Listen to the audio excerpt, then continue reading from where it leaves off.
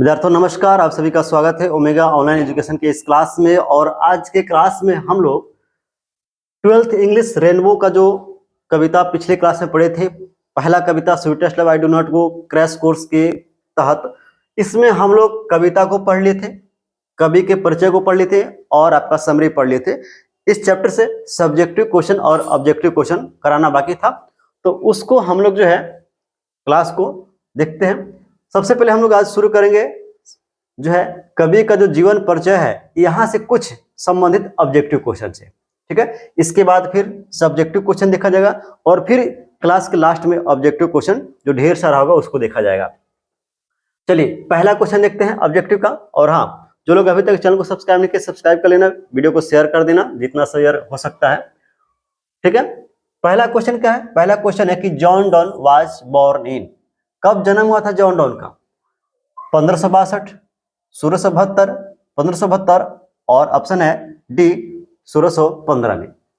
कब हुआ था जन्म? तो देखिए जॉन डॉन का जो जन्म हुआ था ये 1572 में हुआ था। राइट आंसर क्या हो जाएगा? राइट आंसर आपका ऑप्शन हो जाएगा सी, करेक्ट आंसर। इसका भी ऑप्शन सी है, बिल्कुल सही आंसर है। चलिए आप लोग अपना आंसर देते रहेगा और गिनते रहेगा कि कितने क्वेश्चन सही कर पा रहे हैं आप लोग, ठीक ना। Second question, John Donne was the pioneer of new kind of lyrical and esoterical verse called. John Donne जो है एक नए प्रकार की कविता की रचना की जिसको गीय कविता कहा जाता है, इसकी शुरुआत माने जाते हैं। तो किस प्रकार की कविता उन्होंने लिखा था? और ये जो गे प्रकार की कविता है जिसको गाया जाता है, इसको क्या कहा गया है? तो metaphorical, free verse, new school verse और मेटाफिजिकल। क्या हो जाएगा राइट आंसर सेकंड का? चलिए आंसर दीजिए सभी लोग, सेकंड का राइट आंसर क्या होगा? तो देखिए सेकंड का जो राइट आंसर होगा ये होगा आपका ऑप्शन डी मेटाफिजिकल। क्या कहा जाता है?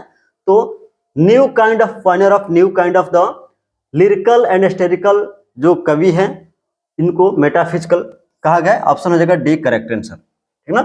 तो जॉन डॉन ने एक नए प्रकार के जो कविता का आविष्कार किया इसको जो है मेटाफिजिकल कहा गया। अगला क्वेश्चन है, who is the poet of sweetest love I do not go in. मतलब sweetest love I do not go कविता किसकी है, ठीक ना, कौन इसके कवि हैं?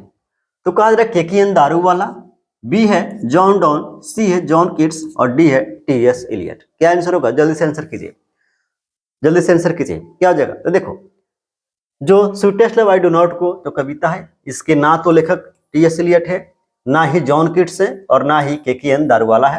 राइट आंसर हो जाएगा ऑप्शन बी करेक्ट आंसर जो है जॉन डॉन। क्या हो जाएगा बाबू?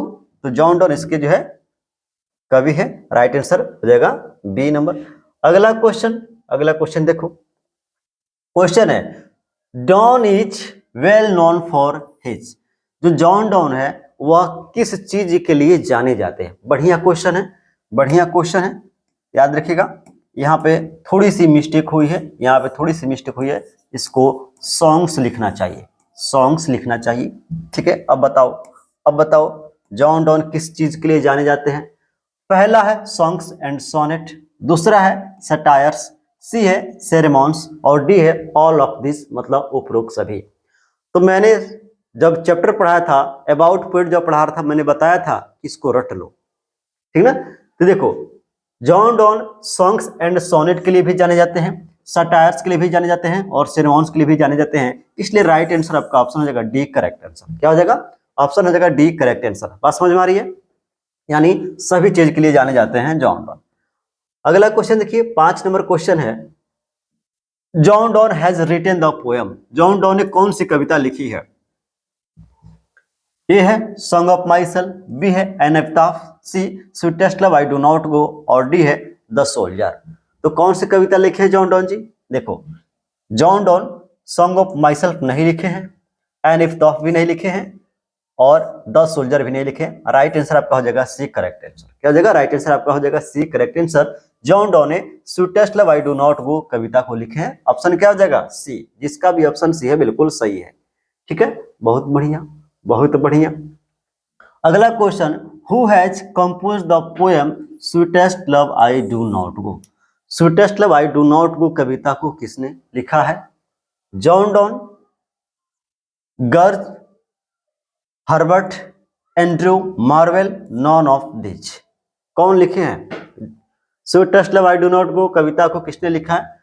नॉन ऑफ दिस तो ऐसे ही नहीं होगा भाई, कोई ना कोई तो लिखा ही होगा मतलब ऊपर से। फिर एंड्रू वेल भी नहीं लिखे हैं और जॉर्ज हार्बर्ट भी नहीं लिखे हैं। राइट आंसर हो जाएगा ऑप्शन ए, जॉन डॉन लिखे हैं। किसने लिखा है? John don. ऑप्शन हो जाएगा ए, बिल्कुल सही उत्तर है। जिसका भी ऑप्शन ए है बिल्कुल सही उत्तर है। अगला क्वेश्चन है, John Donne was the Pioneer of. John Donne किसके शुरुआत माने जाते हैं? एलिजाबेथ पोइट्री, इसके अलावा है मेटाफिजिकल पोइट्री, रेस्ट्रियन पोइट्री और न्यू क्लासिकल पोइट्री। किस चीज की शुरुआत माने जाते हैं जॉन डॉन? बताइए। हाँ, क्या हो जाएगा? तो देखिए, न्यू क्लासिकल पोइट्री नहीं होगा, रेस्ट्रियन पोइट्री भी नहीं होगा, और एलिजाबेथन पोइट्री नहीं होगा। राइट आंसर आपका हो जाएगा B, correct answer, metaphysical poetry. क्या हो जाएगा? मेटाफिजिकल पोइट्री के शुरुआत माने जाते हैं। ऑप्शन हो जाएगा बी, करेक्ट आंसर। ठीक है बाबू, अगला क्वेश्चन। अगला क्वेश्चन देखो, अगला क्वेश्चन है, जॉन डेड इन। जॉन का मृत्यु कब हुआ था? जॉन डॉन का मृत्यु कब हुआ था? आपका 1641, 1631, 1702 और 1615। एक चीज तुम देखे थे, इनका जो बॉर्न था, जो जन्म था, जन्म हुआ था कब? तो 1572 में जन्म हुआ था। अब पूछ रहे कि मरे कब थे? तो मरे थे भाई 1631 में। कब मरे थे? 1631 में। जिसका भी ऑप्शन बी है बिल्कुल सही है। जिसका भी ऑप्शन बी है 1631 बिल्कुल सही है। ठीक है, अब देखो, हम लोग कविता पढ़ लिए थे, समरी पढ़ लिए थे, ठीक ना, अबाउट पोएट पढ़ लिए थे। तो हम लोग चलते हैं अब सब्जेक्टिव क्वेश्चन को देखने के लिए। सब्जेक्टिव क्वेश्चन देख लेते हैं, क्योंकि हाँ सब्जेक्टिव क्वेश्चन और फिर लास्ट में ऑब्जेक्टिव क्वेश्चन ढेर सारा किया जाएगा, ठीक ना। अभी तक जो ऑब्जेक्टिव हम लोग पढ़े यह कवि के जीवन परिचय से संबंधित था, ठीक ना। अब चलो सब्जेक्टिव क्वेश्चन देखो। सब्जेक्टिव क्वेश्चन देखो, क्वेश्चन पहला है, why does the poet wants to go away from his beloved. Beloved मतलब प्रेमिका कहते हैं, बिलव्ड मतलब प्रेमिका या कह सकते हैं कि पत्नी। तो कहा जा रहा है कि जो कवि हैं जॉन डॉन, वह अपने पत्नी से या प्रेमिका से दूर क्यों होना चाहते हैं या दूर क्यों जा रहे हैं। तो मैंने क्या बताया था? मैंने बताया था कविता में कि कवि जो है, कवि जानते हैं कि मृत्यु एक न एक दिन आनी है, तो इसलिए उनके पास जितना भी समय है उस समय को वह अपने हिसाब से जीना चाहते हैं, अपने हिसाब से जीना चाहते हैं। तो इसलिए कहा जा रहा है, poets the poet wants to go away from his beloved. जो कवि हैं वह अपने प्रेमिका से दूर जाना इसलिए चाहते हैं, बिकॉज क्योंकि he is tired of, he is tired, एक मिनट, बिलव्ड। क्वेश्चन फिर से पढ़ लेते हैं, आंसर को। करा कि the poet wants to go away from his beloved. जो कवि है वह अपनी पत्नी से दूर इसलिए जाना चाहते हैं क्योंकि not because he is tired of, कहते हैं कि मैं इसलिए तुमसे दूर नहीं जा रहा हूं कि मैं तुमसे थक गया हूं, ठीक ना। कवि क्या करें? कवि करेंगे, देखो मैं दूर जा रहा हूं तो इसका मतलब नहीं है कि मैं तुमसे थक गया हूं या तुमसे उब गया हूं, ये वाली बात नहीं है। Of her but because life is very short, क्योंकि कवि को पता है कि जो लाइफ है, ये लाइफ का है वेरी शॉर्ट, बहुत ही छोटा है, कम समय के लिए है। And he has to die, और एक दिन सबको मरना है, एक दिन सबको मरना है। देयरफॉर, इसलिए he wants to amuse himself, इसलिए वह चाहते हैं कि उनके पास जो समय है उस समय को अपने हिसाब से अम्यूज करें, मतलब कि अपने हिसाब से उसका इस्तेमाल करें। As life is very uncertain, और जो जीवन है वो क्या है? अनसर्टेन मतलब अनिश्चित है। क्या है? जीवन जो है अनिश्चित है, इसलिए कवि के पास जितना समय है वह अपने हिसाब से, अम्यूज मतलब अपने हिसाब से उसको जीने का प्रयास कर रहे हैं, ठीक ना। इस बात को ध्यान रखिएगा। एक क्वेश्चन समझ में आया? और एक ध्यान रखिएगा, बहुत अच्छा क्वेश्चन है, आपके एग्जाम में अक्सर पूछा जाता है, एग्जाम में अक्सर पूछा जाता है, बहुत अच्छा क्वेश्चन है। सब्जेक्टिव क्वेश्चन या ऑब्जेक्टिव क्वेश्चन मैं वही लेकर आता हूं जो आपके एग्जाम के पार्ट होते हैं, यानी आपके एग्जाम में पूछे जाते हैं। अगला क्वेश्चन है, what are the things that the sun does not have. ये क्वेश्चन बहुत बार आया है, आपके एग्जाम में बहुत बार क्वेश्चन आया है। यानी कहा जा रहा है, व्हाट आर द थिंग्स, ऐसा कौन सा चीज है that the sun does not have, जो सूरज के पास नहीं है। ठीक ना। तब मैंने क्या बताया था, मैंने बताया था कि सूरज के पास ना तो sense nor desire nor a shorter way, यानी सूरज के पास ना तो सेंस मतलब समझ है, ना ही डिजायर मतलब इच्छा है, ना ही उसका जो रास्ता है वह छोटा है। ठीक ना। तो कहा जा रहा है the sun does not have desire, सूरज के पास ना तो इच्छा है, ठीक ना, ना तो इच्छा है, sense and a beloved like the poet has therefore he has no motive to come back. और कहा जा रहा है सूरज के पास ना तो डिजायर है ना ही सेंस है, इसलिए जो कवि है वो अपने बिलव्ड को, पत्नी को समझाते हैं कि मेरे पास तो क्या है, इच्छा है और समझ है, और मेरे पास मोटिव मतलब उद्देश्य है, उद्देश्य मतलब तुम्हारे पास लौट के आने का उद्देश्य है, इसीलिए मैं कम बैक हो जाऊंगा, लौट के वापस आ जाऊंगा। तो ध्यान रखिएगा सूरज के पास क्या नहीं है, सेंस, डिजायर और शॉर्टर वे, ये तीनों में से कोई चीज नहीं है सूरज के पास। क्वेश्चन कई बार एग्जाम में पूछा गया है। चलो आगे देखो, अगला क्वेश्चन है what will make the speakers journey speeder. मतलब जो स्पीकर है, स्पीकर मतलब वक्ता, वक्ता मतलब कवि, तो जो कवि हैं उनकी यात्रा को, जर्नी को या यात्रा को स्पीडर मतलब तेजी कौन बना देता है, मतलब ऐसा क्या चीज है कि कवि को यात्रा बिल्कुल तेज कर देता है, मतलब कवि जल्दी से यात्रा कर लेते हैं, ऐसा क्या चीज है। तो आंसर है the poets has a Dzire, poets के पास क्या है, डिजायर है, एंड सेंस है, सेंस मतलब समझ है। ही लव्ड हिज वाइफ, और वह अपने पत्नी से प्रेम करते हैं, वेरी मच बहुत ज्यादा है, एंड दैट डिजायर, और वही जो इच्छा है, एंड मोटिव, मोटिव का मतलब उद्देश्य है, और यही जो उद्देश्य है, ये सभी मिलकर, ये सभी मिलकर to see his beloved will make his journey speeder, और यही चीज मिलकर उनकी यात्रा को तेज बना देते हैं। क्या, तो कवि के पास डिजायर है मतलब इच्छा है, कवि के पास सेंस मतलब समझ है, और कवि जो है अपनी पत्नी से ज्यादा प्रेम करते हैं, और यही जो इनकी इच्छा है, ज्यादा प्रेम करने की जो इच्छा है, यह और इनके पास जो उद्देश्य है कि मुझे अपने पत्नी के पास लौट कर आना है, ये सभी चीज मिलके कवि की यात्रा को बिल्कुल जल्दी बना देते हैं, और जल्दी से कभी यात्रा कर लेते हैं कि मेरे लिए कोई वेट कर रहा है, मेरे लिए घर पे कोई इंतजार कर रहा है, और ये जल्दी से यात्रा करके वापस चले जाते हैं। ठीक ना, बात समझ में आ रही है। ये भी क्वेश्चन अच्छा है, एग्जाम में पूछा गया, सभी क्वेश्चन महत्वपूर्ण है जो एग्जाम में आए हैं, मैं वही क्वेश्चन लेकर आता हूं। ठीक ना। अगला क्वेश्चन देखिए, अगला क्वेश्चन है व्हाट मेक्स मैन पावरफुल, ये भी क्वेश्चन एग्जाम का है। मतलब ऐसा क्या चीज है कि मानव के जो पावर है, जो शक्ति है, उसको फेबल का मतलब कमजोर बना देता है। ऐसा क्या चीज है कि मानव के शक्ति को कमजोर बना देता है। ठीक ना।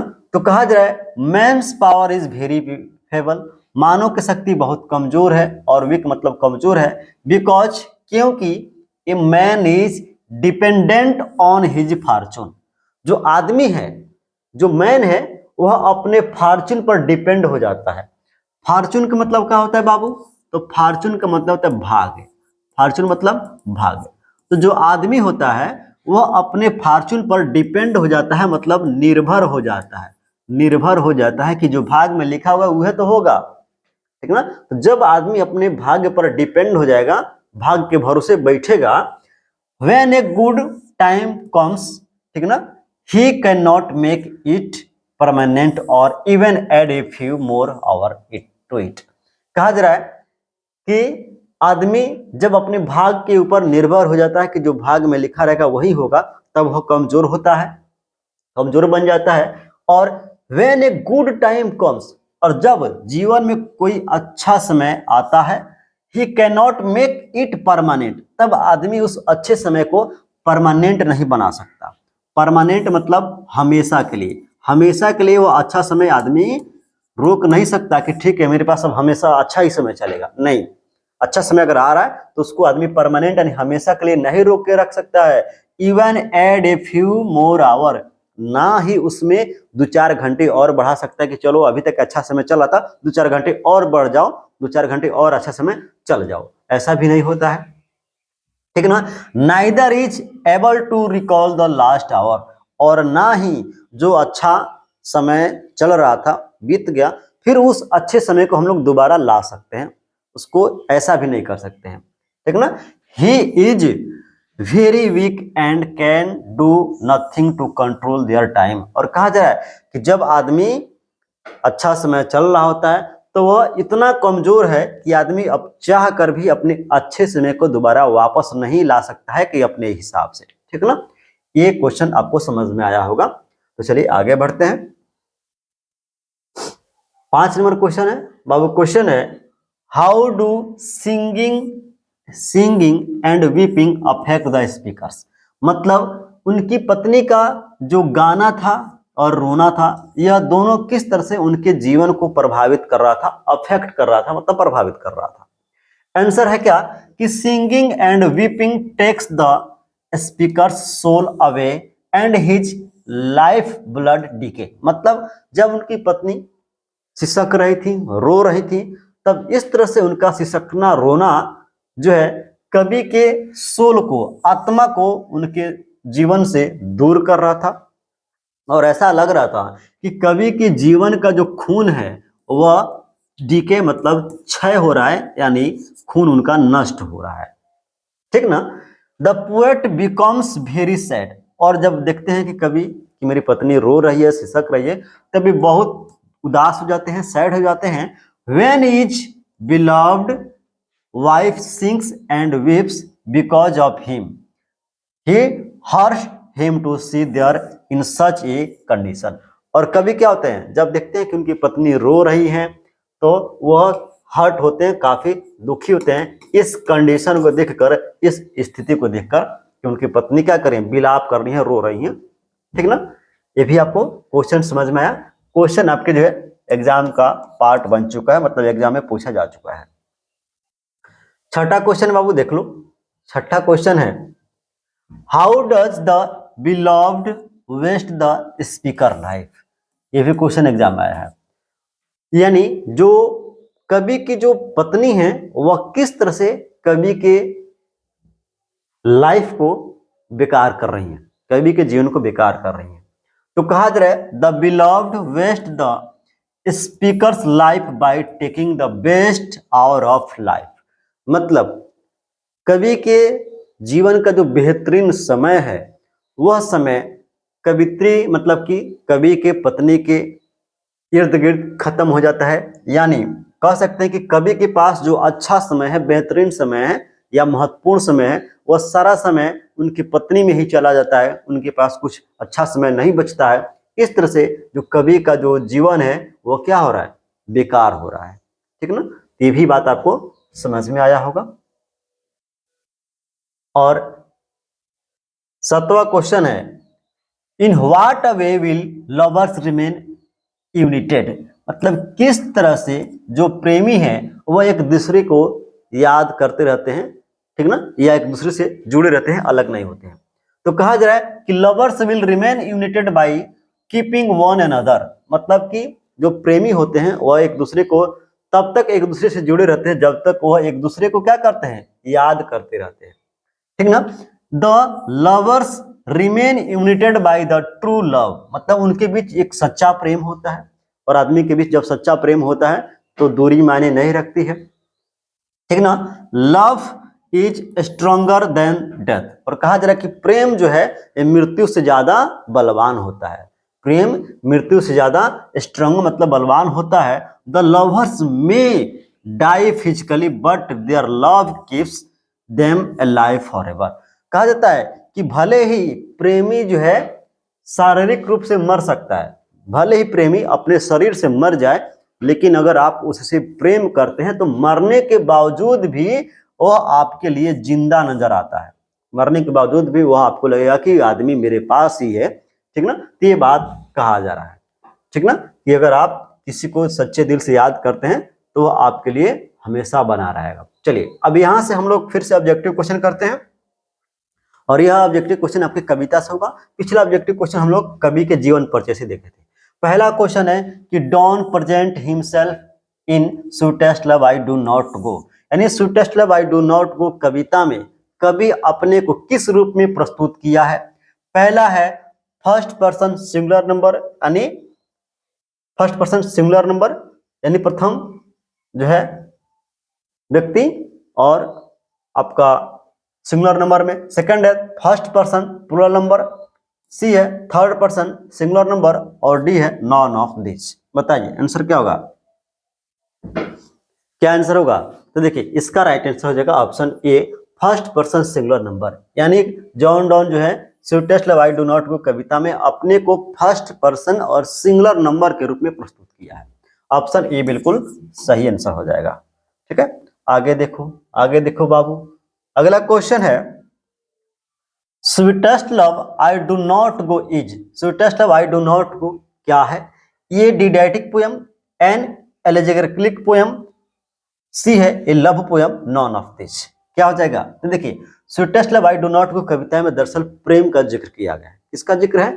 प्रेम का जिक्र है। एक पत्नी जो है मतलब कवि की जो पत्नी है उनसे इतना प्रेम करती हैं कि उनको जाने नहीं देना चाहती। तो ये डिडैक्टिक पोयम नहीं होगा, एलेगोरिकल पोयम नहीं होगा, ऑप्शन हो जाएगा सी करेक्ट आंसर, डी नहीं होगा। राइट आंसर क्या हो जाएगा? लव पोयम है। क्या है? तो sweetest love I do not को क्या है? लव पोयम है। एग्जाम में पूछा गया है क्वेश्चन, एग्जाम में क्वेश्चन पूछा गया है, याद रखिएगा। अगला क्वेश्चन है, अगला क्वेश्चन है Donne is well known for his love. ये भी अच्छा क्वेश्चन है, एग्जाम में पूछा गया है।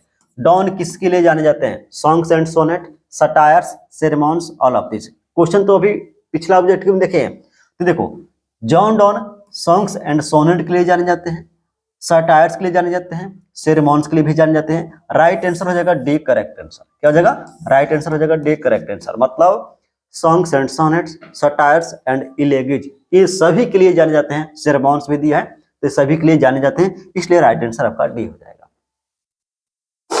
अगला क्वेश्चन है इन द पोयम, कविता में sweetest love I do not go die stand for. कहा जा रहा है कि sweetest love I do not को जो कविता है यहाँ पे एक शब्द आया है DYE। कौन सा शब्द है बाबू? तो DYE। इसका मतलब क्या होता है? To die, to paint, both A and B, D none of this. चलो आंसर करते रहो और हाँ सभी लोग अपना गिनते चलना कि कितने आंसर जो है सही हो रहा है। क्या हो जाएगा? तो डाई का मतलब टू डाई, डाई का मतलब टू डाई। राइट आंसर आपका हो जाएगा ए करेक्ट आंसर। क्या हो जाएगा? राइट आंसर आपका हो जाएगा ए करेक्ट आंसर। चलो आगे देखते हैं पांचवा क्वेश्चन। आंसर करते रहना है और लाइक कर देना अभी तक जो क्लास को लाइक नहीं किए हैं। Sweetest love I do not go may be compared with Shakespeare's. मतलब sweetest love I do not go जो कविता है, यह कविता शेक्सपियर की किस रचना से तुलना इसकी की गई है? All the world's stage, the marriage of true mind, blow blow thou winter wind, none of this. तो किससे sweetest love I do not को कविता का कंपेयर मतलब की तुलना किया गया है? पांच का आंसर क्या होगा? पांच का आंसर क्या होगा बताइए? राइट आंसर हो जाएगा ऑप्शन जो है बी करेक्ट आंसर। ऑप्शन हो जाएगा B correct answer, the marriage of true mind, the marriage of true mind. Right answer क्या होगा? बी हो जाएगा। जिसका भी बी है बिल्कुल सही है। अगला question, who has compose the poem sweetest love I do not go. यानी sweetest love I do not go कविता को किसने कंपोज किया है, किसने लिखा है?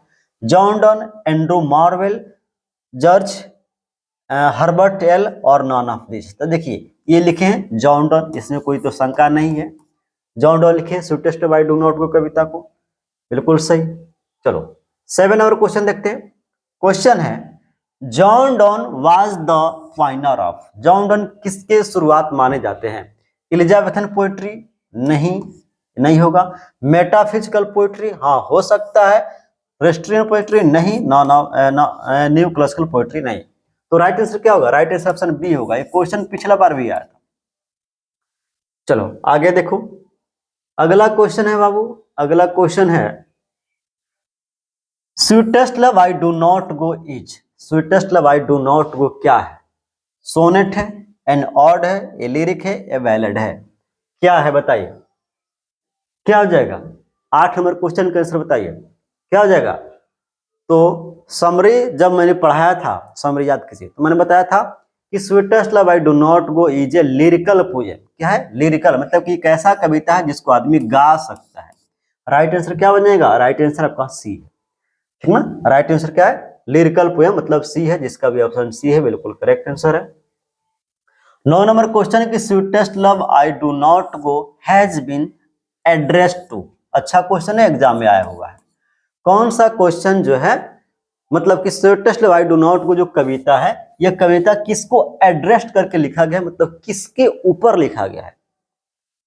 डॉन्स सिस्टर, डॉन के बहन के ऊपर, ये सिस्टर होगा। डॉन्स मदर, डॉन की माँ के ऊपर। डॉन फ्रेंड, डॉन्स के मतलब कि जॉन डॉन के दोस्त के ऊपर, या जॉन डॉन के वाइफ के ऊपर। तो देखिए sweetest love I do not go कविता जो है, ये जॉन डॉन के सिस्टर के ऊपर नहीं लिखा गया है, इनके माँ के ऊपर भी नहीं लिखा गया, इनके दोस्त के ऊपर नहीं लिखा गया, मतलब इनकी पत्नी के ऊपर लिखा गया है, और अपने पत्नी को कंसोल करते हुए समझाते हुए ये कविता लिखते हैं, ठीक ना। राइट आंसर क्या हो जाएगा? राइट आंसर आपका हो जाएगा डी करेक्ट आंसर। चलो 10 नंबर क्वेश्चन है, the occasion of the poem sweetest love I do not go is don.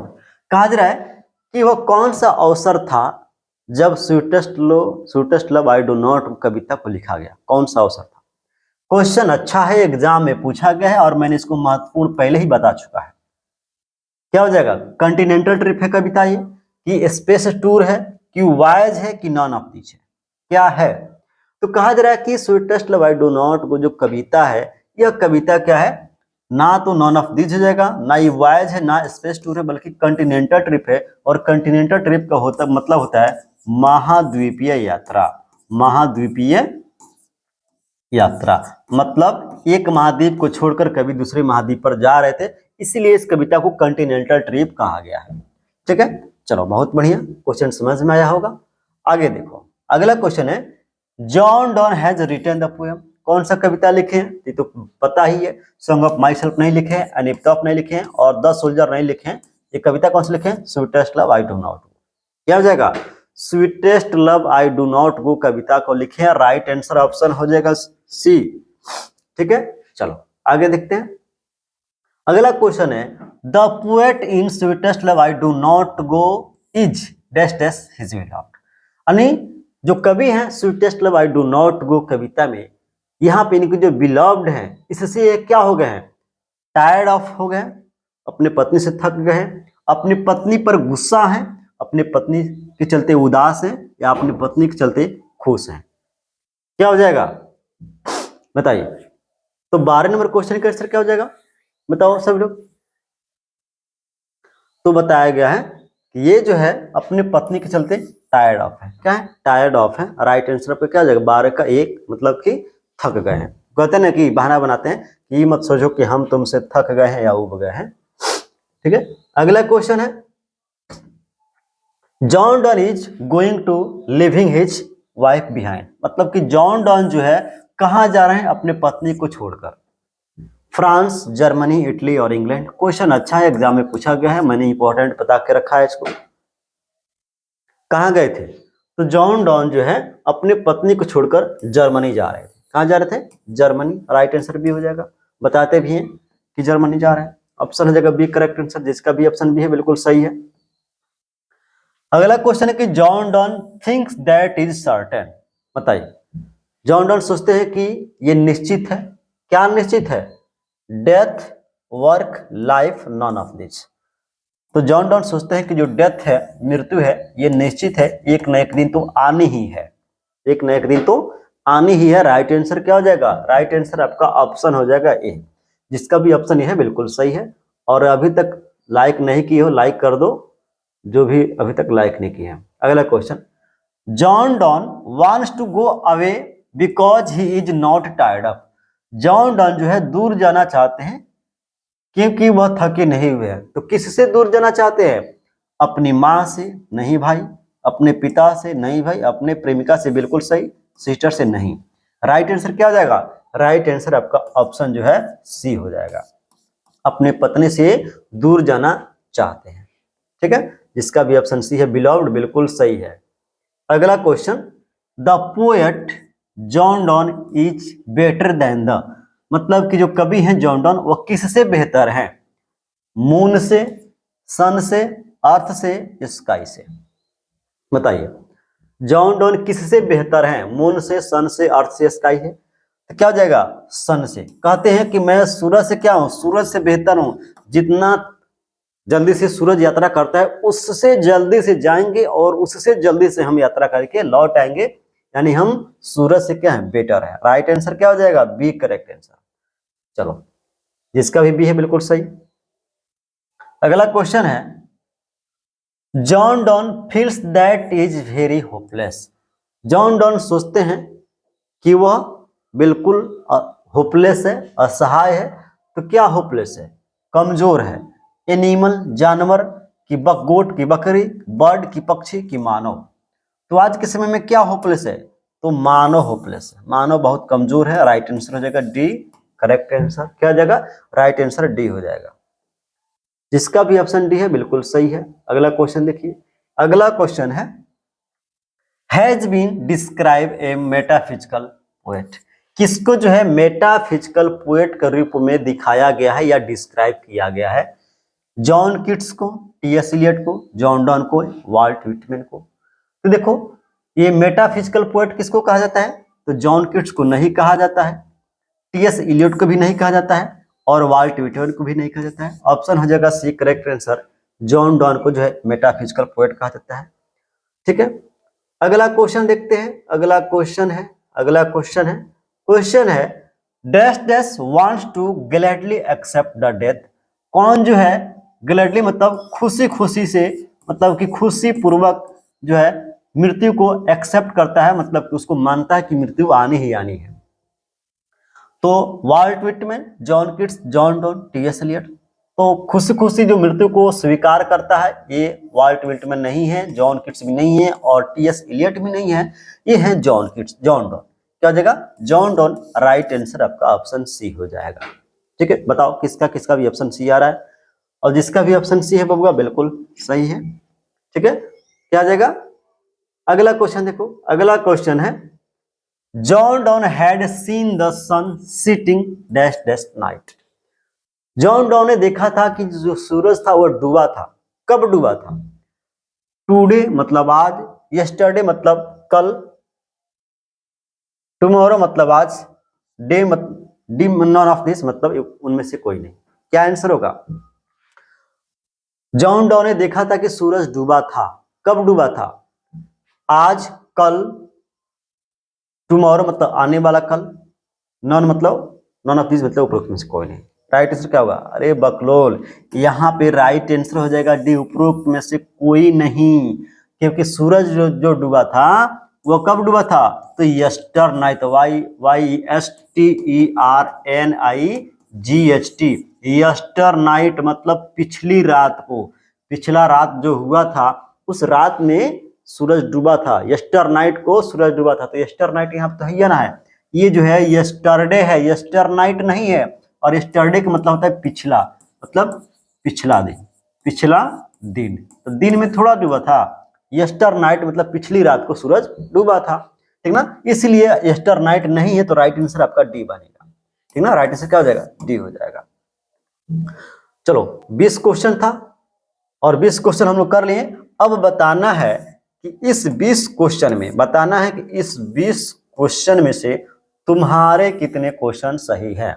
इस 20 क्वेश्चन में से तुम्हारे क्वेश्चन कितने सही हैं, सभी लोग बताओ, सभी लोग बताओ। ठीक है, और हाँ, जो लोग अभी तक लाइक नहीं किए लाइक कर देना, चैनल को सब्सक्राइब कर देना, वीडियो को शेयर करो। स्कूल में जा रहा तो दोस्तों को बताओ कि ओमेगा ऑनलाइन एजुकेशन पर जो है क्रैश कोर्स की क्लास चली है और एग्जाम तक सारा चीज हम कंप्लीट करा देंगे। बिल्कुल अच्छा मार्क्स भी एग्जाम में आ जाएगा। चलिए, बहुत बहुत धन्यवाद। रहने देते हैं यहीं तक और फिर मिलेंगे हम लोग कल की क्लास में। तब तक ले गुड नाइट सभी को।